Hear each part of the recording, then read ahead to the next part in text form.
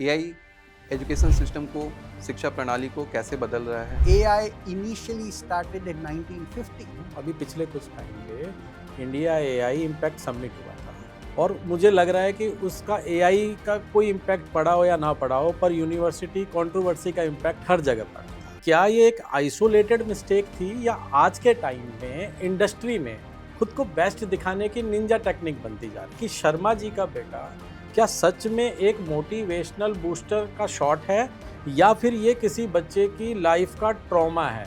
Why are they comparing me and not looking at my own capabilities? अगर वो नहीं कर पाते हैं तो ये नेचुरली आ जाती है कि देखो वो ऐसा कर रहा है। आज के डेट में टीचिंग प्रोफेशन क्या पैशन है या एक करियर बैकअप ऑप्शन बन चुका है? बहुत सारे सेकंड जनरेशन स्कूल ओनर्स आ गए हैं।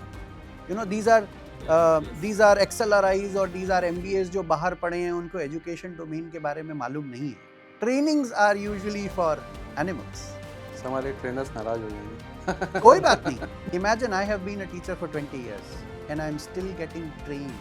क्या जो लोकल ट्यूटर्स हैं क्या उनका मार्केट खत्म होता जा रहा है? कि 2020 में ही ये इकोसिस्टम ट्रैप हो गया था, तो ये एट्रिशन हो क्यों रहा है?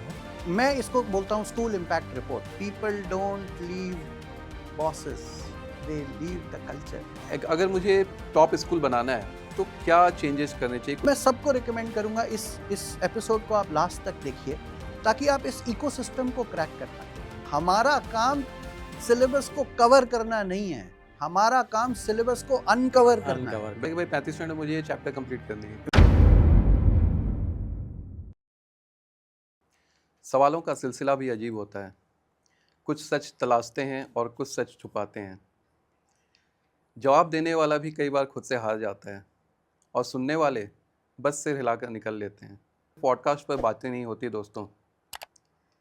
यहाँ हर सवाल एक चाल होता है और हर जवाब या तो कमाल होता है या बवाल होता है। आज के इस पॉडकास्ट पर हमारे साथ हैं doctor Gaurav Kapoor, school and skill development consultant and AI expert. 23 सालों से भी ज़्यादा का एक्सपीरियंस, इंडिया से लेकर यूएई और सिंगापुर तक का एक्सपोजर, स्कूल्स, एनजीओज और कॉरपोरेट्स के साथ काम करना, आईआईटी बॉम्बे के साथ कंसल्टिंग, एससीईआरटी दिल्ली के साथ डिज़ाइन थिंकिंग जैसे इनिशिएटिव्स और फोकस सिर्फ एक, एजुकेशन को फ्यूचर रेडी बनाना। तो स्वागत है सर आपका हमारे इस पॉडकास्ट पे आउट ऑफ सिलेबस में। बहुत बहुत धन्यवाद। Thank you so much for inviting me. I am very excited to be a part of this podcast. Thank you so much sir. तो मैं हूँ विनय सिंह और हमारे साथ हैं हमारे को होस्ट मोहित तोमर सर। तो सर आज का कन्वर्सेशन स्टार्ट करते हैं और सीधे सवालों के साथ हम आप पे स्टार्ट करते हैं। Definitely Vinay ji, we are going to make it very very interesting and exciting for our all the viewers. आज के समय में सर एआई एजुकेशन सिस्टम को, शिक्षा प्रणाली को कैसे बदल रहा है जी। और किसी स्कूल को अपनाने के लिए क्या करना चाहिए, और साथ ही हमें आप ये भी बताइए कि दूसरे देशों में एआई को कैसे अडॉप्ट कर रहे हैं और हमें उनसे क्या सीखना चाहिए sir.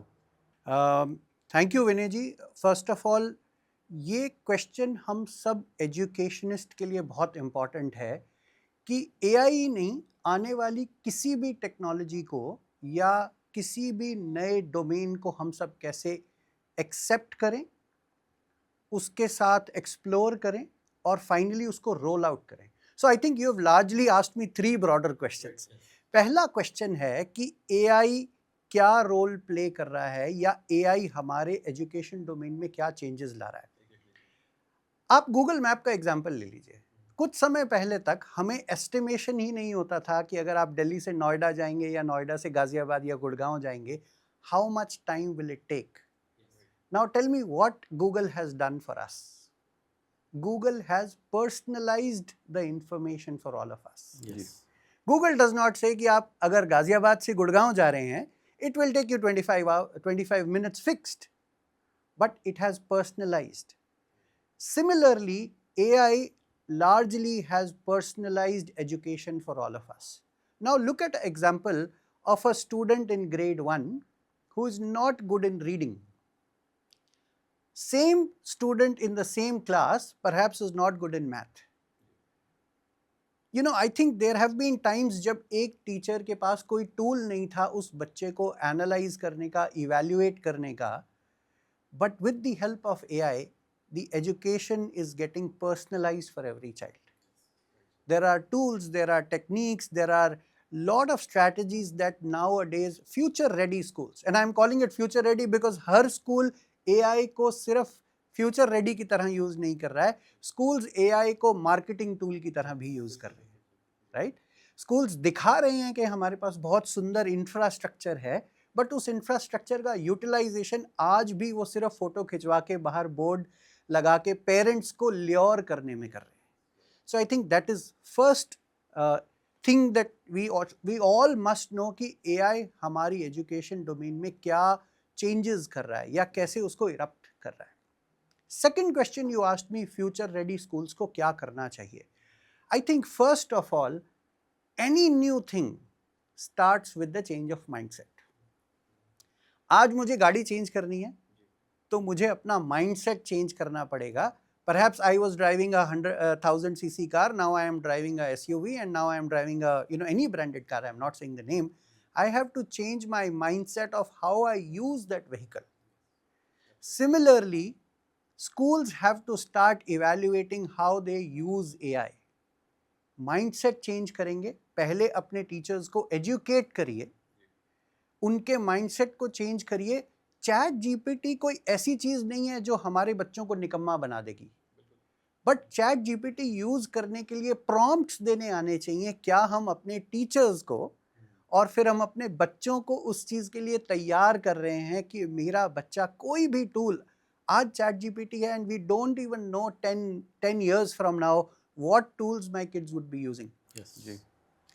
Very recently everybody has started thinking about what China is doing in terms of training the human brain. I don't see it as a future. I see that is happening in the classroom. और मैं अपने viewers को बताऊं, AI आज का initiative नहीं है. If you Google and you find out AI initially started in 1950s. ओह, क्या बात कर रहे हैं सर. So 1950 का invention है AI, जिसकी hype अब create हो गई and everybody is now excited and everybody is just trying to use it in their own ways. 1950 का है, 1950 मतलब के 70-80 आसपास. साल बाद ये लाइमलाइट में आया सर. जी, तो मैंने आपको गूगल का एग्जाम्पल दिया, ऐसे ही आप बहुत सारे एग्जाम्पल अपनी डेली लाइफ में देखेंगे where AI started interrupting the industry, I think much earlier than it came to education. So ये है मेरा सेकंड क्वेश्चन का जवाब, जिसमें मैं चाहता हूँ कि स्कूल्स पहले माइंडसेट पे काम करें, स्कूल्स अपने टीचर्स को ट्रेन करें, फिर अपने बच्चों को ट्रेन करें. एक और बहुत इंपॉर्टेंट चीज़ जो मैं आउट ऑफ सिलेबस के चैनल के माध्यम से अपने सारे व्यूअर्स के साथ शेयर करना चाहता हूँ, that I have been exposed to countries which are smaller in the size of our country. But if you look at their education domain, they have ministries of AI. Okay. अगर आप हिंदुस्तान की बात करें तो हमारे पास आज एक पॉलिसी फ्रेमवर्क भी नहीं है. मैंने कई जगह सुना कि पॉलिसी फ्रेमवर्क बन रहा है, अभी पाइपलाइन में है, लेकिन I think we all must get together. And that is where I see collaboration is the future. A school in Delhi, a school in Bombay, a school in Bangalore, they'll be working on different projects, but can we give them a different policy to think upon, get together and then come out something which is helping everybody. जी. So I think ये schools का एक major role है. पहला mindset पे काम करना, दूसरा अपने teachers और students को train करना, उस technique, उस tool, उस strategy को use करना, and then finally assess कैसे करेंगे कि उसका fair use हो रहा है कि नहीं हो रहा. I think these three are very important. There's no sequence to it. You may start using the tools first. Explore करने दीजिए बच्चों को. And I'm sure आप सब agree करेंगे, kids in 90s only looked at non-informative material when internet happened because everybody was exploring. और recent data ये है कि AI एजुकेशन बहुत सारे ऐसे नए डोमेन्स हैं जो स्टूडेंट्स एक्सप्लोर कर रहे हैं और अपने आप सीख रहे हैं through channels like YouTube. So that's very important. मेरे अंदर भी सर एक जिज्ञासा है एआई से रिलेटेड, मैं भी आपसे कुछ जानना चाहता हूँ. अभी पिछले कुछ टाइम पे इंडिया एआई इम्पैक्ट समिट हुआ था और मुझे लग रहा है कि उसका एआई का कोई इम्पैक्ट पड़ा हो या ना पड़ा हो, पर यूनिवर्सिटी कंट्रोवर्सी का इम्पैक्ट हर जगह पड़ा था। तो आपका इस पे क्या व्यू है? और साथ में मैं ये भी जानना चाहता हूँ कि क्या ये एक आइसोलेटेड मिस्टेक थी या आज के टाइम में इंडस्ट्री में खुद को बेस्ट दिखाने की निंजा टेक्निक बनती जा रही है? बहुत अच्छा सवाल है मोहित जी। मुझे लगता है हमें इंडस्ट्री को पहले समझना है। व्हाट आई मीन टू से इज, अगर आप कुछ मेंटल एबिलिटी के बारे में पढ़ें ना, तो हम सब एक ऐसा एनवायरनमेंट चाहते हैं जहां हर कोई हमारी तारीफ करे, हमें अप्रिशिएट करे। And that is where I always say, हम सिर्फ हाई टेक नहीं हो सकते, हमें high tech plus high touch होना पड़ेगा। We need to empathise with people, we need to understand what has gone beyond the innovation. Everybody wants to innovate something, but they will not be able to innovate something till the time they understand the pain. You know, they don't understand what has gone behind that invention. So I don't particularly see कि इसको कोई agenda कह सकते हैं. However, we need to also start understanding and empathizing that it is somebody else's invention that we are trying to say is mine. Maybe it can give you a glory for a couple Short of term. months or years, but ultimately what message are we trying to give to our generation? Are we saying आप किसी का काम उठा के चुरा सकते हैं और अपना ग्लोरी कर सकते हैं? That's what perhaps everybody is doing in ChatGPT. They are trying to glorify ChatGPT ने जो किया. But if we understand what has gone behind, I would be very happy अगर कोई यूनिवर्सिटी कहती है मैं आपको इसके पीछे की साइंस बता सकती हूँ, ये इन्वेंशन किसी और का है। आई थिंक ये बहुत ज़्यादा एथिकल होता, एम्पथेटिक होता और एक स्ट्रॉन्ग मैसेज जाता हमारी कम्युनिटी को, हमारे बच्चों को कि look, you can still work around on the creative thinking of kids because our kids are still not there. Let's accept it. So I don't treat this as just a propaganda. I also see the flip side of it. Yes. ये बहुत अच्छी बात कही sir आपने। तो कहीं ना कहीं हमारे एजुकेशन सिस्टम की क्रेडिबिलिटी पे भी कुछ फर्क पड़ा है इस चीज़ को देखते हुए? सर, अगर आप स्कूल सिनेरियो में, कॉलेज सिनेरियो में एक दिन बिताएंगे ना, हमें लगता है कि हम अपने स्टूडेंट्स की मिस्टेक्स को ज़्यादा ग्लोरीफाई करते हैं। But if you spend a day in the classroom, mistakes are a part of this journey. जब तक हम गलतियां नहीं करेंगे तब तक हम नहीं सीखेंगे। जब तक हाथ कटेगा नहीं धार का पता चलेगा। डेफिनेटली।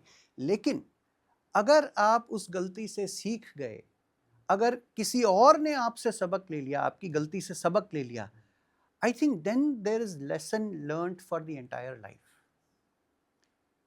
कोई और अगर आपकी गलतियों से सीख रहा है, I think it's okay to make mistakes. जैसे दाग अच्छे हैं, दाग ऐसे अच्छे हैं। मिस्टेक्स अच्छी हैं। बिल्कुल बिल्कुल। सर, अगला क्वेश्चन मेरा थोड़ा डिफरेंट है, क्योंकि आप स्कूल्स में काफ़ी टाइम से काम कर रहे हैं, वहाँ पे आप बच्चों का ओरिएंटेशंस भी कर रहे हैं, बच्चों की काउंसलिंग भी कर रहे हैं, पेरेंट का ओरिएंटेशन भी कर रहे हैं। तो मेरा अगला क्वेश्चन पेरेंट और स्टूडेंट के रिलेशनशिप पे है। जैसे कि हमारे यहाँ एक बड़ा ही, ये समझिए कि कैरेक्टर है जिसका नाम है शर्मा जी का बेटा जी। ये एक इनविजिबल कैरेक्टर है जी। और जिसको पेरेंट्स ज़्यादातर कंपैरिजन टूल की तरह यूज़ करते हैं। तो मेरा डायरेक्ट आपसे ये क्वेश्चन है कि शर्मा जी का बेटा क्या सच में एक मोटिवेशनल बूस्टर का शॉट है या फिर ये किसी बच्चे की लाइफ का ट्रॉमा है, और क्या ये सिर्फ स्कूल लाइफ तक ही इफेक्ट करता है या ज़िंदगी भर हमारा पीछा नहीं छोड़ता है? मुझे ऐसा लगता है कि ये जो शर्मा जी का बेटा है, या let me take you to 3 Idiots, where this boy says मुझे इंजीनियरिंग नहीं करनी है, मुझसे नहीं हो पाएगा जी। For a shorter time, you know, this can be an inspiration, but if it prolongs, अगर ये बहुत लंबे समय तक हो गया तो बच्चा सिर्फ एक कंपैरिजन, एक कंपटीशन मोड में आ जाता है। और मैं बहुत दुखी होता हूँ। आपने पहला सवाल पेरेंट्स और बच्चों के रिलेशनशिप के बारे में पूछा और दूसरा सवाल ये पूछा कि क्या इम्पैक्ट है इन चीज़ों का। मैं जब बच्चों से मिलता हूँ मोहित जी, और मुझे लगता है ये सब पेरेंट्स के लिए जानना बड़ा ज़रूरी है, because they only most of the time they only see one side of their child. When you sit on the other side and when you talk to a child, first of all they are not emotionally connected.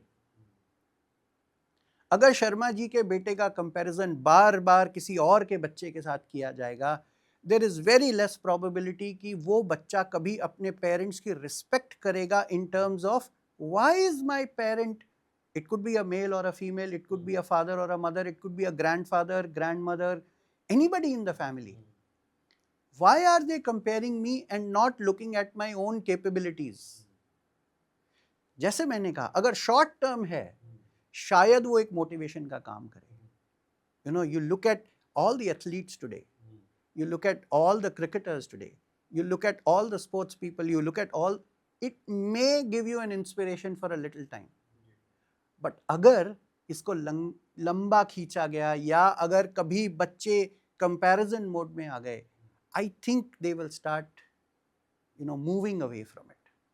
So I think as a parent, we need to understand the other side of the child also. We need to understand मेरे बच्चे की capabilities क्या है. मैं हर बार सबको ये example देता हूँ कि अगर सचिन तेंदुलकर की मदर ने उन्हें म्यूजिशियन बनाया होता या ए आर रहमान की मदर ने उन्हें स्पोर्ट्स पर्सन बनाया होता, there is very less probability. और आई थिंक ये हमारे एजुकेशन सिस्टम का एक बहुत बड़ा गैप है. Yes. With AI it is possible because AI gives you a beautiful analysis कि बच्चे की strength क्या है, बच्चे के लिए opportunities क्या हैं, so on. I think we must focus on what my child has and also build capabilities in him or her so that the child develops as a good human being. Yes. बिल्कुल sir. तो विनय जी, इससे पहले आप मुझसे पूछो, मैं आपसे ही पूछ लेता हूँ जी. कि आपकी लाइफ में आप शर्मा जी के बेटे हैं या रहे हैं या फिर आप उनके पीड़ित पड़ोसी? नहीं, मैं आपको इस पे एक बात बताना चाहूँगा सर. मैं तो बहुत ज़्यादा पीड़ित नहीं था. मेरा छोटा भाई वो बहुत ब्रिलियंट स्टूडेंट, और आई थिंक मुझे ईयर तो एग्जैक्टली याद नहीं है, बट आई थिंक 2005 और 6 में जी. क्लास 10th का वो CBSE टॉपर था. ओह, एट दैट टाइम उसके मार्क्स थे 98.4%. ओके. Right sir. तो इनिशियल डेज से ही वो काफ़ी ब्रिलियंट स्टूडेंट था, और उसके क्लास में एक उसका दोस्त था. जी. दोस्त कह लीजिए, कॉम्पिटिटर कह लीजिए, या जो आप शर्मा जी का बेटा कह रहे हैं वो कह लीजिए. उन दोनों में बहुत टफ कंपटीशन रहता जी. था हमेशा. ठीक है. तो शायद हमारे पेरेंट्स, मम्मी पापा उसको शर्मा जी के बेटे से कंपेयर ना भी करें, पर इन दोनों में कंपैरिजन आपस में ही रहता था. ठीक है. मैंने वो चीज़ें ज़्यादा फेस नहीं की. मैं एक एवरेज, पहले तो सही था, बाद में धीरे धीरे एवरेज होता गया, वो अलग बात है. ठीक है. पर उससे बहुत ज़्यादा पीड़ित नहीं था सर मैं. और मेरे भाई के साथ ये था कि स्टार्टिंग से ही कॉम्पिटिटिव था, और पेरेंट्स नहीं बोलते थे, लेकिन उसके अंदर खुद से वो चीज़ थी. पर ये जो चीज़ है ना सर, जैसा भी सर ने बताया कि ये चीज़ें नहीं होनी चाहिए, बट मेरा ये मानना है सर, अब जैसे आज के डेट में मैं खुद 2 बच्चों का बाप हूँ, तो ये चीज़ें नेचुरली हो जाती हैं सर. अगर बच्चे नहीं करते हैं, पढ़ते नहीं हैं, या किसी भी चीज़ में अगर वो नहीं कर पाते हैं, तो ये नेचुरली आ जाती है कि देखो वो ऐसा कर रहा है. मैं विनय जी आपको एक बहुत छोटा सा इंसिडेंट बताता हूँ. मेरी कज़न एक बार अपने बच्चे के साथ कुछ ड्राइंग क्लासेस में गई, और मुझे लगता है हर पेरेंट को ये सुनना चाहिए कि कभी कभी हमारे बच्चे का पर्सपेक्टिव हमें समझ नहीं आता. तो मेरी कज़न की बिटिया ने एक स्केच कलर किया जो कि पूरा ब्लैक था, और उसके ऊपर सिर्फ 3 या 4 वाइट डॉट थे. So she got furious and she asked, अरे why are you spoiling the sketch? And very politely this girl said, Mama, this is how the sky looks at night. So जब तक हम बच्चे से ये जानेंगे नहीं कि वो क्यों कर रहा है ऐसा. See, everybody needs to have goal. Everybody needs to have an inspiration. I think they pull you, and instead of that push, that pull is very important. बच्चा देखता है, they look up to some personality and they want to become like that. But it is the way you position the entire thing. So Sharma ji might not be always a bad father, but I think the way they position this picture, this celebrity, maybe this figure to this child could be the way in which the child is not appreciating. Thank you so much sir, thank अच्छा sir, जैसे आप 200 से ज़्यादा schools में आप consult कर चुके हैं, अपनी कंसल्टेंसी प्रोवाइड कर चुके हैं सर। मैं थोड़ा टीचिंग प्रोफेशन के बारे में जानना चाहूँगा। आज के डेट में टीचिंग प्रोफेशन क्या पैशन है या एक करियर बैकअप ऑप्शन बन चुका है? बहुत अच्छा सवाल है विनय जी, लेकिन मैं इससे पहले आपको ये बताऊंगा कि मेरा रोल क्या रहता है स्कूल्स में, मैं किस तरह की कंसल्टिंग करता हूँ और क्यों करता हूँ। सो बहुत समय तक एजुकेशन डोमेन में रहने के बाद मैंने ये रियलाइज़ किया कि बहुत सारे सेकंड जनरेशन स्कूल ओनर्स आ गए हैं अब। जी। You know these are Yes. These are XLRIs और दीज आर एमबीएस हम्म। जो बाहर पढ़े हैं, उनको एजुकेशन डोमेन के बारे में मालूम नहीं है, and they are now taking over or they are looking at the school from a family point of view. Now what's happening? One, they do not have the understanding about education domain. Policies सब पढ़ सकते हैं, SOPs सब बना सकते हैं, लेकिन किसी चीज़ को बेहतर समझना तभी पॉसिबल है जब आप उसके नो आंसर्स को समझें, उसकी बारीकियां समझें। क्लासरूम में बैठ के बच्चे को पढ़ते देखना वर्सेस बोर्ड रूम में बैठ के एक पॉलिसी बनाना बहुत डिफरेंट है। Yes. सो आपका सवाल मैं इससे जोड़ूंगा कि हम्म। पहले तो स्कूल ओनर्स, प्रिंसिपल, डायरेक्टर्स को ये जानना जरूरी है कि मैं अपने स्कूल का विजन क्या क्रिएट कर रहा हूं। Do I want to make it a high tech school? What is the way to it? Do I want to empower my principal? Do I want to empower my teachers? और I am just making staff to? So there is a very thin line between training and facilitation. Trainings are usually for animals, but when you facilitate, when you coach, when you guide, this is for human beings. We don't want to be trained. A lion in a circus can be trained कि आप इस कुर्सी से इस कुर्सी पे कूद जाइए. But when it talks about human being, it is all about facilitation. हमारे ट्रेनर्स नाराज हो जाएंगे। कोई बात नहीं, मुझे लगता है अगर हमारे ट्रेनर्स भी इस बात को सुने और अपनी पेडागोजी को चेंज करें, and instead of training they start facilitating. See, any adult today doesn't want to get trained because they can get trained through one-way communication. You can look at a YouTube video and understand how to operate a mic, how to maybe restore an oven. But if you want to be facilitated, it's a level above. So that's what I do. I sit with school owners, directors, principal, teachers, and I tell them, look, you need to understand a vision. And then it comes to understanding a profession. Today, if you look at, there are two sides of teacher training or teacher facilitation. One, there are teachers who are leaving their MBAs and they are leaving their banking jobs and they are leaving their engineering professions and coming back to education. Because उनको लगता है यहाँ हमें value मिल रही है, यहाँ हमारे काम करने का एक पर्पज है. And there are teachers who do not get paid enough, who do not get valued enough, who do not get facilitated, but they are continuously getting trained. See, I always say this 50 hours of training which is compulsory for the teachers. Imagine I have been a teacher for 20 years and I am still getting trained. I don't want to be trained. I want to be facilitated by somebody who's an industry expert जो आके मुझे बताए what is the gap. Perhaps that is where AI can help. Perhaps that is where your experience and my experience can come together. I have been a huge fan of collaboration. The era is going to be the era of collaboration. So I think I have answered your question. It is the collaboration, it is the facilitation, it is the coaching that will help my teachers to become super teachers. There's no bad teacher. A teacher can always become a super teacher. बिल्कुल बिल्कुल sir.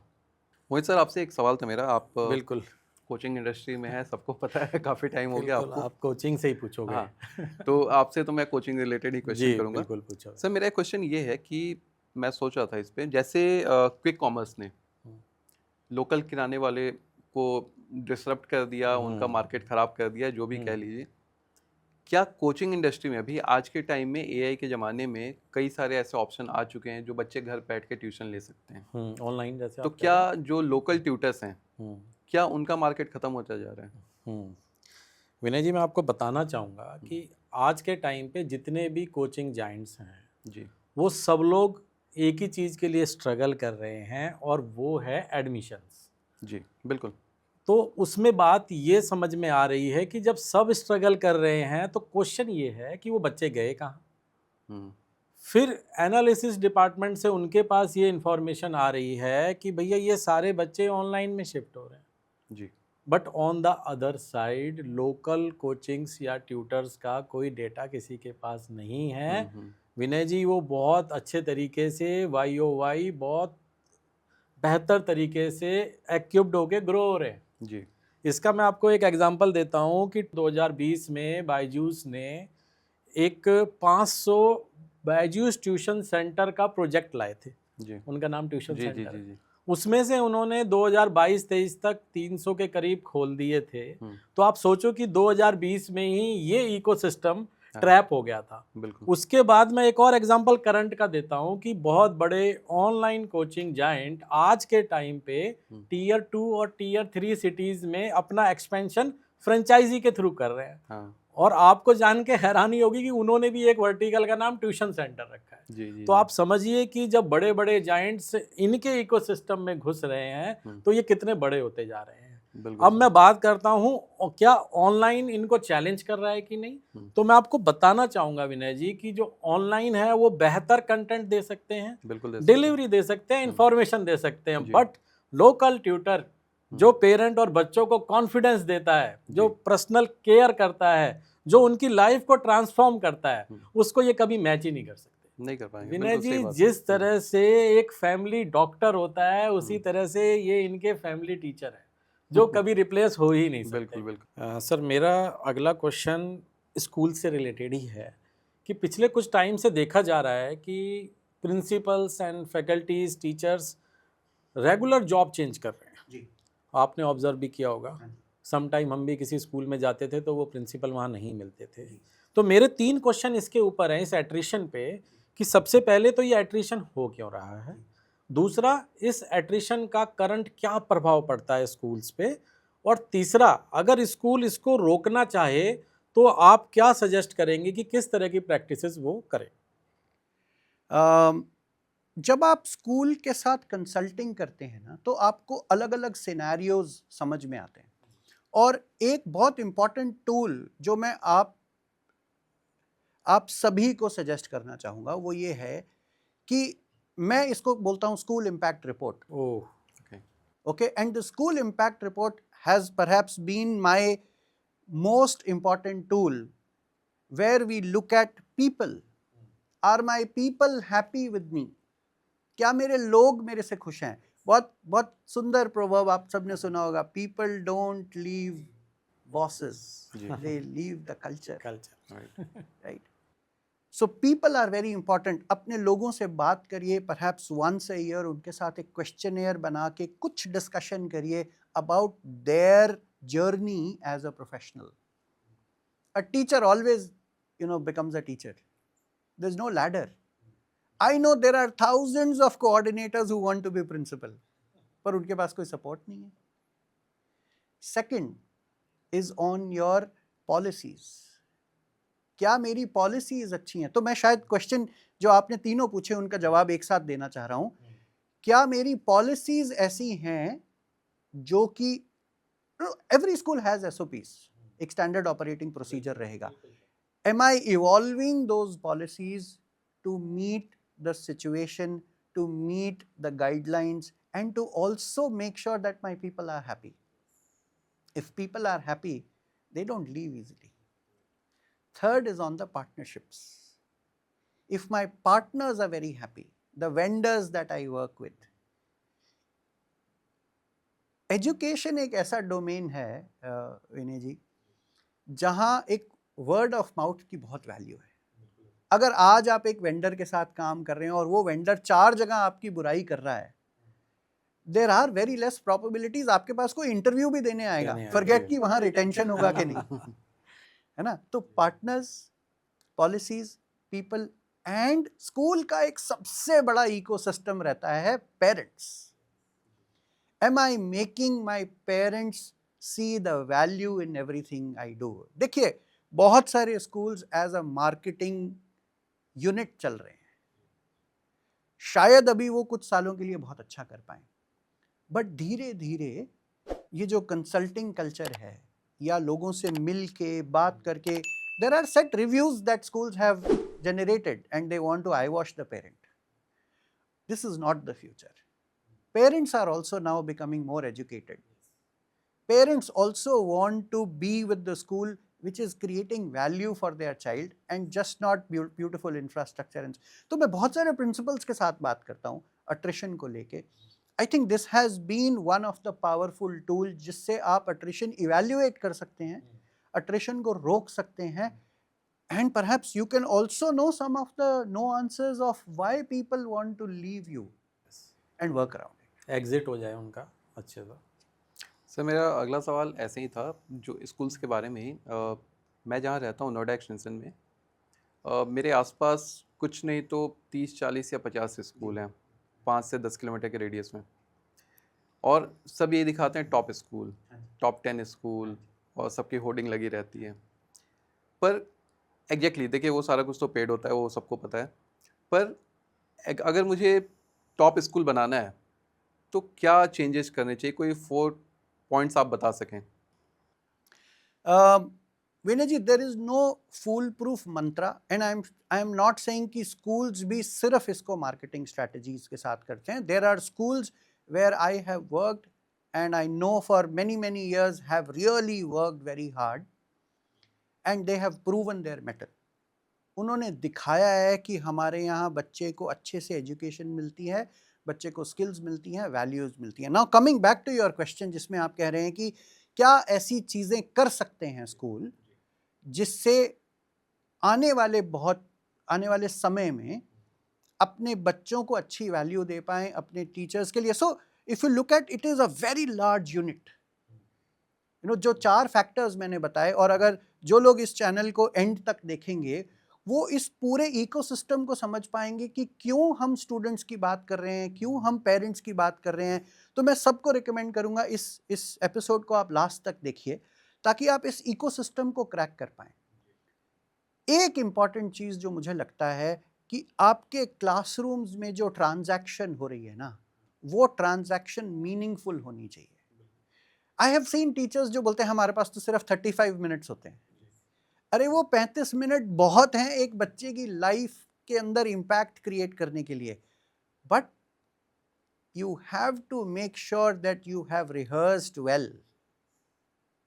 जो facilitation की मैं बात teachers के लिए कर रहा था, the child, look at a child, वो घर पे क्या सोशल मीडिया देख रहा है और स्कूल में क्या देख रहा है. मैं हर बार टीचर्स ट्रेनिंग में ये बात बहुत अच्छे से टीचर्स को कहता हूँ, बच्चे के हाथ में घर पे एक ऐसी क्या चीज़ है जो क्लासरूम में नहीं है, और वो है एक टीवी का रिमोट. बच्चा घर चाहे तो बोर हो रहा है और वो टीवी का चैनल चेंज कर सकता है, बट क्लासरूम में कंपल्सरी उसको टीचर को सुनना पड़ेगा. So my strong recommendation to every teacher and every school is whatever limited transaction you are doing in the classroom has to be impactful. जी. अगर वो 35 मिनट में आपका ऑब्जेक्टिव मीट हो गया तो मैं बोलता हूँ एक होता है आपका एक्सपेक्टेड लर्निंग आउटकम कि आज मुझे ये अचीव करना है. जैसे आज हमारा एक्सपेक्टेड लर्निंग आउटकम है कि हमारे व्यूज इस इकोसिस्टम को समझें. जी. और हमारे चैनल को सब्सक्राइब करें, हमारे चैनल के साथ जुड़े रहें ताकि ज़्यादा से ज़्यादा इन्फॉर्मेटिव चीज़ें उन्हें मिलें. आई एम श्योर कुछ लोग ऐसे भी होंगे जो फर्स्ट टाइम एजुकेटर होंगे, जो टीचर बनने के बारे में सोच रहे होंगे, राइट. तो अगर आप एंड तक देखेंगे तो आप रियलाइज करेंगे हमने बहुत सारी चीज़ें ऐसी बताई जो प्रैक्टिकली आप अपने लाइफ में कर सकते हैं. So 35 minutes of transaction time has to be meaningful. Second, involve parents as your stakeholder. सिर्फ उनको एक फैंसी अस्पताल की तरह आपने सुंदर रिसेप्शन नहीं दिखाना है, एक आपने आईसीयू वार्ड नहीं दिखाना है कि ये हमारा जी बच्चों को रेमेडियल क्लासेस देने का कमरा है. ICU, yes, that's an ICU. I always call it as an ICU. और फाइनली, अगर टीचर चाहें, प्रिंसिपल चाहें, पेरेंट्स को इन्वॉल्व करके show the journey of a child. मुझे लगता है कि बहुत सारे स्कूल्स जो है ना सिर्फ टॉपर को दिखा के अपने स्कूल की मार्केटिंग करते हैं।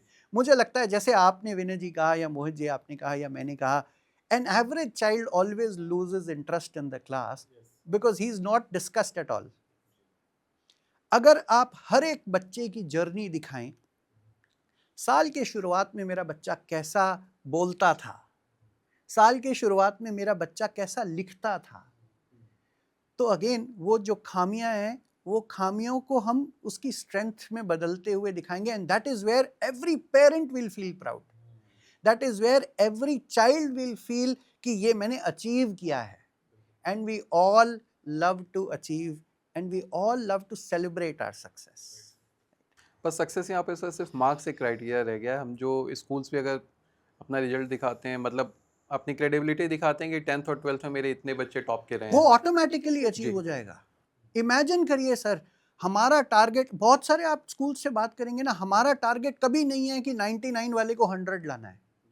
हमारा टारगेट हमेशा ये है कि 80 वाले को मोटिवेट करना है ताकि वो 95 तक पहुंच सके, और वो तभी अचीव होगा when every child is celebrated in the class.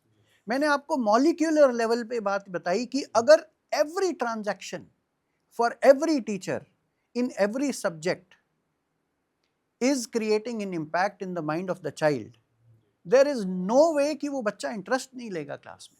और अगर बच्चा इंटरेस्ट लेगा then every child will be a topper, every child will be a creative thinker, every child will start empathizing with people around it, and that is where you need professionals. मैं एक industry की बात कर रहा हूँ, there are trainers like you said, there are ample, but people who can handhold you, people who can coach you, who can guide you and show you the way, there are very few people like that. We need to find out those people and perhaps take their help. पर वहाँ पे फिर वही बात आ जाती है ना sir, 35 minute वाली, जी और सिलेबस कंप्लीट करना है, जी। ऊपर से प्रेशर रहता है, जी। तो वो ऑटोमेटिक वो आ जाता है कि भाई 35 मिनट में मुझे ये चैप्टर कंप्लीट करनी है। विनय जी, एक और बड़ी सुंदर बात मैं बहुत जी। स्कूल्स को बताता हूँ कि हमारा काम सिलेबस को कवर करना नहीं है, हमारा काम सिलेबस को अनकवर करना है। अनकवर बिल्कुल, बिल्कुल, अरे जी। बहुत अच्छा सर, बहुत तो बढ़िया। जब तक टीचर्स इस माइंडसेट से क्लास में नहीं जाएगा कि मेरे बच्चे को कॉन्सेप्ट समझ में मैंने बहुत सारे पेरेंट ओरिएंटेशन किए और पेरेंट्स ने मुझे आके बोला, अरे हमारे बच्चे को 100 तक गिनती आती है, and this is a child of a very very tender as, I am not saying the class, but and I always say, does the child know a concept of a single digit, double digit and 3 digit? If the child doesn't know, perhaps it's a rhyme. बच्चे के लिए वो एक कविता है। अगर बच्चा वो concept समझ रहा है, there is no doubt that this child will achieve higher in his or her life. And that is where schools need to celebrate every child and not just the toppers. Toppers तो automatically create होंगे। जी। Yes. तो sir सवाल तो बहुत हैं, endless topic है ये, और आपके पास इतना कंटेंट है कि आप अगर कंटेंट देने लगे जी, तो जी, जी। फिर वो खत्म नहीं होने वाला है। ये सब हमने एजुकेशन वर्ल्ड से इकट्ठा किया हुआ छोटा छोटा एक्सपीरियंस है सर हमारा। जी। तो सर अभी अब at the end of this podcast अभी हम एक हमारा है रैपिड फायर राउंड एक होता है, तो कुछ सवाल 5 सवाल मोहित सर पूछेंगे, 5 सवाल मैं पूछूंगा। जरूर। राइट सर, जरूर। Yes, इसका sir. सिंपल 1 वर्ड आंसर होने चाहिए जैसा भी ठीक है, क्वेश्चन होगा। ठीक है। तो मोहित सर आप स्टार्ट सर कीजिए। पहला मेरा क्वेश्चन है, बुक वर्सेस स्क्रीन, फ्यूचर में कौन जीतेगा? One word answer is book. Teaching profession के लिए गवर्नमेंट स्कूल सही है या प्राइवेट स्कूल सही? टीचिंग प्रोफेशन के लिए प्राइवेट स्कूल सही हैं। मैं उसका रीज़न भी सिर्फ एक लाइन में बता देता हूँ कि जब तक हमें एक प्रोफेशन को एनहांस करने के लिए अपॉर्चुनिटीज़ नहीं मिलेंगी, there are very limited opportunities. I am not saying कि गवर्नमेंट स्कूल्स में अपॉर्चुनिटीज़ नहीं है, since I have been working with lot of government schools at various states, but the opportunities are limited. If you want to grow as a professional, you should start looking at a private school. और अगर इन terms of financial देखें? In terms of financial, I think financial and stability, government schools are good. They are also evolving, but there's a way to go. Current board pattern modern है या outdated हो चुका है? Current board pattern outdated है, but with new policies which are getting embedded, I think there is a lot of scope for improvement, and schools are doing really, really great. I want to congratulate NEP I think it's a big transformation in education. Teaching profession first choice है या last career option? अभी last career option है, but going forward I think we need to tell our children that it's a great place to work, it's a great profession, you get money and you also get respect. एक line सिर्फ मैं और जोड़ना चाहूँगा, मैं उन parents को खास तौर से वार्न करना चाहूँगा जो अपने बच्चे के सामने अपनी टीचर की बुराई करते हैं कि उस टीचर को तो मैं देख लूँगा, तेरे प्रिंसिपल से तो मैं बात कर लूँगा. I think it is all about creating the right mindset. Countries like Singapore, countries like USA, countries like Finland, teachers are created as prestigious as a doctor or an engineer or a top cardiologist. AI teacher का दोस्त है या competition? AI definitely teacher का दोस्त है. Like I said, if the teacher knows the right prompt, sky is the limit. Thank you so much sir. Vinay ji, कुछ सवाल मेरे हैं सर. पहला सवाल ये है सर कि आज की डेट में स्टूडेंट्स ज़्यादा कंफ्यूज्ड हैं या ज़्यादा अवेयर हैं? मुझे लगता है आज की डेट में स्टूडेंट्स ज़्यादा कंफ्यूज्ड हैं. For a very simple reason, knowledge is in abundance. बहुत नॉलेज है, but they don't know the right channel to approach.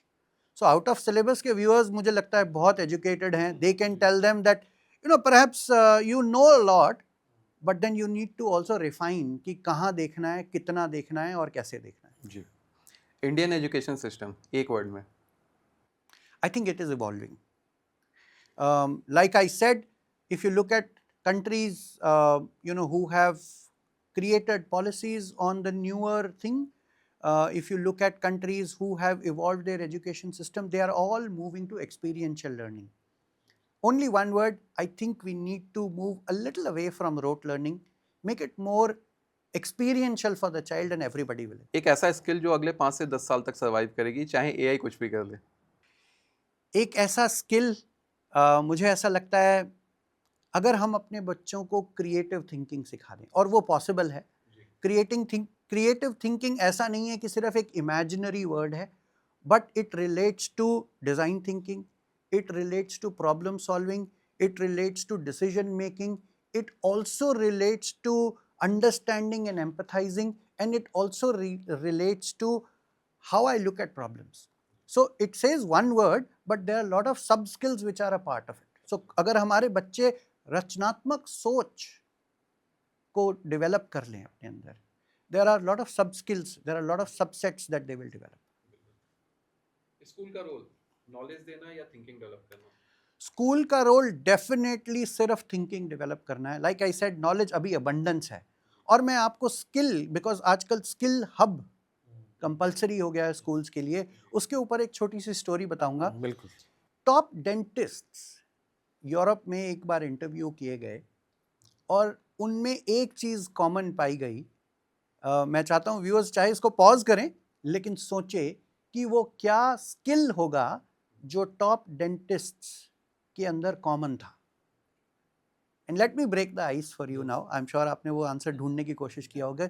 They had all done carpentry programme at once. Okay. Look at a skill of a carpenter, एक denture बनाना, उसको fit करना, and look at a skill of a dentist. So हम सब undermine करते हैं skills को, but these small skills like stitching, small skills like making up my room, small skills like making up my bag, talking to a friend, all these look smaller but they have a larger impact in life. Great sir. क्या private schools ज़्यादा overhyped हैं? Definitely बहुत बहुत overhyped हैं. मुझे लगता है private schools को भी बहुत कुछ सीखना है. एक बड़ी सिंपल सी चीज़ है कि प्राइवेट स्कूल्स में जो उनके नंबर्स हैं ना, वो बहुत कम होते हैं. Even if it is a chain of school, they will be dealing with 10, 15, 20,000. But a government school में मुझे लगता है because just the volume is higher, the entire thing has a ripple effect. So if private schools also start looking at, with their controlled number, they can create right impact. Like these 4 pillars that I shared in the middle of our session. If they start looking at it, I think they will have a better impact. और हर class का हर बच्चा topper हो सकता है. जी. Thank you so much sir, बहुत Thank अच्छे से आंसर किया आपने। बहुत अच्छा लगा विनय Thank you ji, so much. Mohit ji. तो आउट ऑफ सिलेबस के सारे व्यूअर्स, मुझे लगता है दे will B thanking you in and out for bringing such a valuable podcast. Sir हमारा लास्ट सेशन जो है वो गुरु मंत्रा का है। ऐसे ऐसे नहीं जाने देंगे। जी तो सर मैं चाहता हूँ कि आप क्या गुरु मंत्र देना चाहते हैं आज के current educators, school, parents, teachers, हमारे व्यूअर्स सबको? सर, मैं अपने टीचिंग प्रोफेशन में या अपने फैसिलिटेशन सेशंस में, या जब मैं school owners, policy makers, edtech के साथ बैठता हूँ, एनजीओज के साथ बैठता हूँ, I think we all want to do everything at once. Education एक ऐसा स्पेस है जहाँ लोग रिजल्ट की वेट करते हैं, चाहे आप कोचिंग करा रहे हो, चाहे आप स्कूल चला रहे हो। सो my guru mantra for everybody is that you need to very clearly write down your goals. You may want to be number one school, you may want to be an edtech, you want to make money, you want to be an NGO and create impact. Write down your goals, prioritize those goals and give them time. Make them visible to your stakeholders. Once you make them visible, people will start believing in you, people will have trust in you. Once you create that trust, collaborate and create beautiful impact. क्योंकि कोई school चलाना, कोई NGO चलाना, कोई education related, tech related organisation चलाना is not only impacting you, it is impacting every child. And unless everybody knows what you are trying to achieve, we won't be able to achieve. Like I said, this is the era of collaboration. We all need to collaborate more. Thank you so much sir again, बहुत अच्छा लगा आपसे बात करके। बहुत बहुत और शुक्रिया। ऐसा कंटेंट शायद हमें मिलता नहीं और आपके जैसा गेस्ट हमें मिलता नहीं सर। Thank you. ये जस्ट मैं हमारा बहुत हम्बल्ड हूँ कि आपने मुझे याद किया। और जितने व्यूअर्स आउट ऑफ सिलेबस का ये चैनल देख रहे हैं, प्लीज़ सब्सक्राइब करिए, जुड़िए, क्योंकि अच्छा कंटेंट और कम समय में अगर आपको डिलीवर करा रहे हैं, I think lot of kudos to both of you, because Thank you've you so been much, sir. trying to curate this beautiful content, bring good people, wise people together. Thank you so much for having me. Thank you. आज का episode हमारा यहीं तक का है। आप education system एक ऐसा डोमेन है जिससे हर कोई कनेक्टेड है, चाहे आप स्टूडेंट हैं, पेरेंट्स हैं, टीचर हैं, आप स्कूल ओनर हैं, कोचिंग ओनर हैं, हर कोई कनेक्टेड है इस डोमेन से। तो मेरा बस ये कहना है कि हम आपके लिए ऐसे कंटेंट लाते रहेंगे आगे भी। तो इस चैनल को सब्सक्राइब कर लीजिए और आपके जैसे जो इस डोमेन के लोग हैं, जो लाइक माइंडेड पीपल हैं, उनके साथ शेयर भी कीजिए। और अगर कंटेंट पसंद आता है तो ऑब्वियसली लाइक कीजिए। Thank you so much. Thank you. Thank Jai you. Hind.